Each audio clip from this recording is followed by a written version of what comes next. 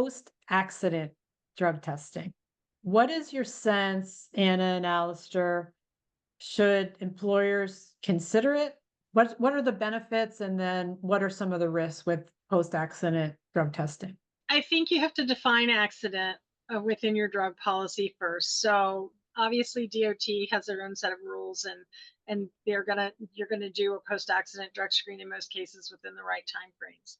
I think the same thing needs to kind of follow with a fleet safety program as well, and perhaps a powered industrial truck program. But when it comes to other general safety specific positions that aren't necessarily those types of safety sensitive positions, I think you really have to critically look at post accident testing to ensure that it's not a retaliation for having an injury.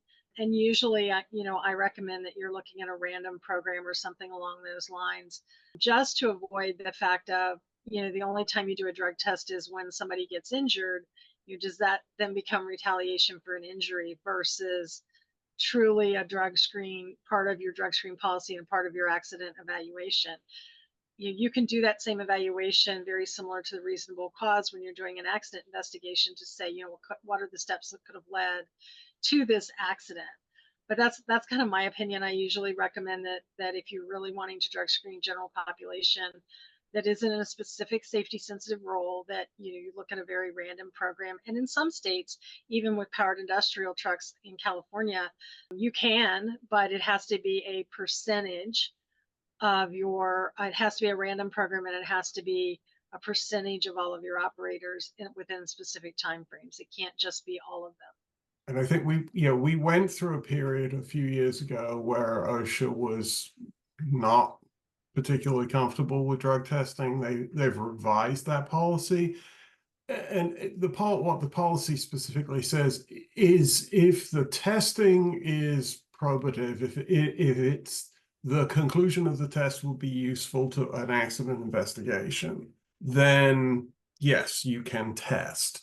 However, if it is a routine response to an injury, then potentially you're running a risk with OSHA that it's actually being used to suppress injury reporting. If it's a circumstance where a failure of judgment, a failure of cognition, then yes, testing will be considered reasonable.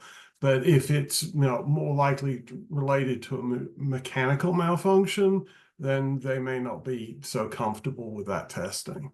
But a very much case-by-case basis.